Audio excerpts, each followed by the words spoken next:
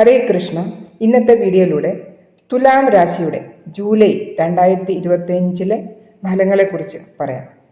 ഈ മാസം തുലാം രാശിക്കാരുടെ ഗ്രഹസ്ഥിതിയും ഗോചരങ്ങളും നിങ്ങളുടെ ജീവിതത്തിൽ, ദൈനംദിന ജീവിതത്തിൽ എന്തെല്ലാം മാറ്റങ്ങൾ വരുത്തുമെന്ന് നോക്കാം.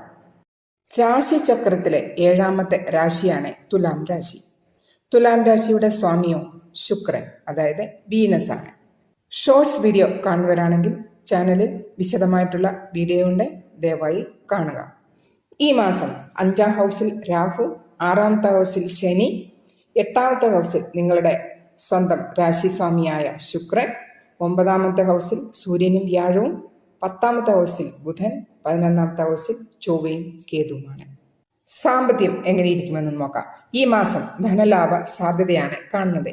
പ്രത്യേകിച്ച് ജോലിയുമായി ബന്ധപ്പെട്ട പുതിയ അവസരങ്ങൾ നിങ്ങളിലേക്ക് എത്തുവാൻ സാധ്യതയുള്ള സമയം. ഈ മാസം നിങ്ങളുടെ ഗ്രഹങ്ങൾ വ്യാഴവും സൂര്യനും ശുക്രനും എല്ലാം നല്ല സ്ഥാനത്ത് വന്നിരിക്കുന്നത് കൊണ്ട് വളരെയേറെ ഒരു നല്ല ഭാഗ്യം കിട്ടുന്ന മാസമായിരിക്കും ഇത്.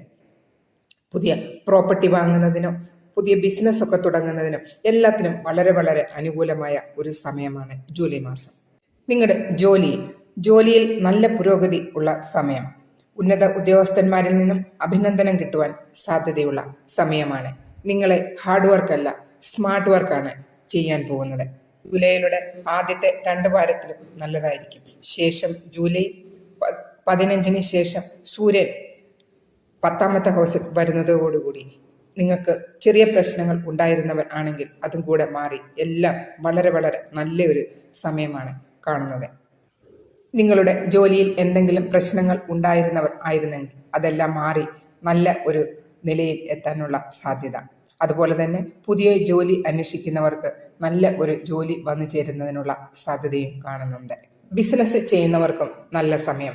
ശുക്രന്റെയും വ്യാഴത്തിന്റെയും ബുധന്റെയും ഒക്കെ ഒരു നല്ല പ്ലേസ്മെന്റ് ഉള്ളത് കൊണ്ട് തന്നെ എല്ലാത്തിനും ഒരു പുരോഗതി തന്നെ ഈ മാസം നിങ്ങൾക്ക് പ്രതീക്ഷിക്കാം.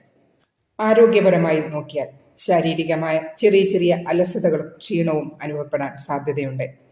രാഹു 5th ഹൗസിൽ ഉള്ളതുകൊണ്ട്, 5ാമത്തെ ഹൗസിലാണല്ലോ രാഹു ഉള്ളതുകൊണ്ട്, രാഹു എന്ന് പറയുന്നത് പെട്ടെന്നൊരു റിസൾട്ട് തരുന്ന ഒരു പ്ലാനറ്റാണ്.